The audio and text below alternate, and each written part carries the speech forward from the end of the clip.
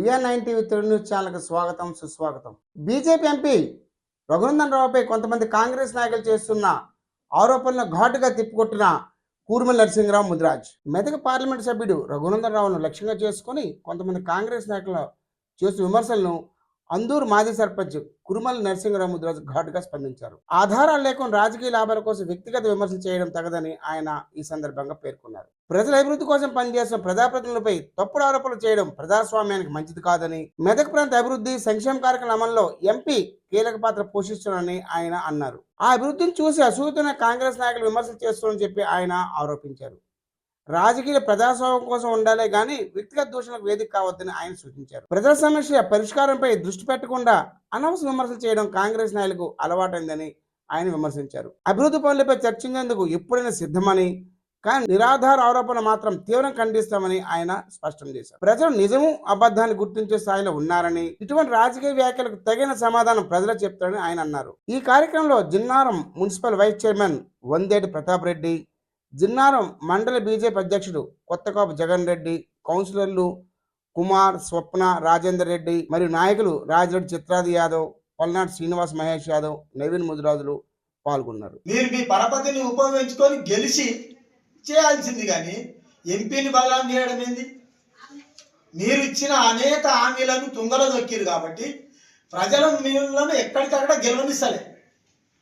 అది దృష్టిలో పెట్టుకొని మాట్లాడాలి. కానీ ఇవాళ మీరు రఘునందన్ రావు గారు వేసినంత మాత్రాన ఏదో ఇది అయిపోయింది, సరే అక్కడ వేసాడు, మిగతా దాని ఎందుకు దిగలలేదు?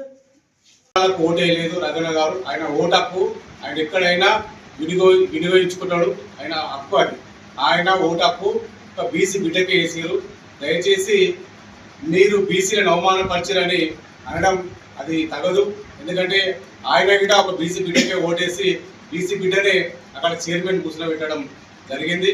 కాబట్టి మీరు దయచేసి ఇప్పటికైనా మీరు మానుకుంటే మంచిది, లేకపోతే అది మీకే మంచిది కాదు. అది మీ విజ్ఞతకే వదిలేస్తున్నాం. బీసీ అనడం కాదు, మేము కూడా బీసీ పక్షాన్ని ఉన్నాం.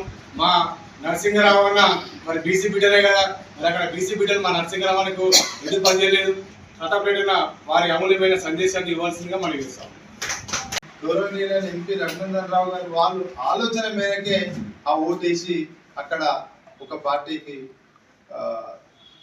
సపోర్ట్ చేసి దాన్ని ఏదో పెద్దగా చేసి రాద్ధాంతం చేస్తా ఉన్న కాంగ్రెస్, మీరు కూడా ఎన్ని ప్లేస్లల్లా రకరకాల మీ అవకాశం కోసం మీరు కూడా పొత్తులు పెట్టుకున్నారు.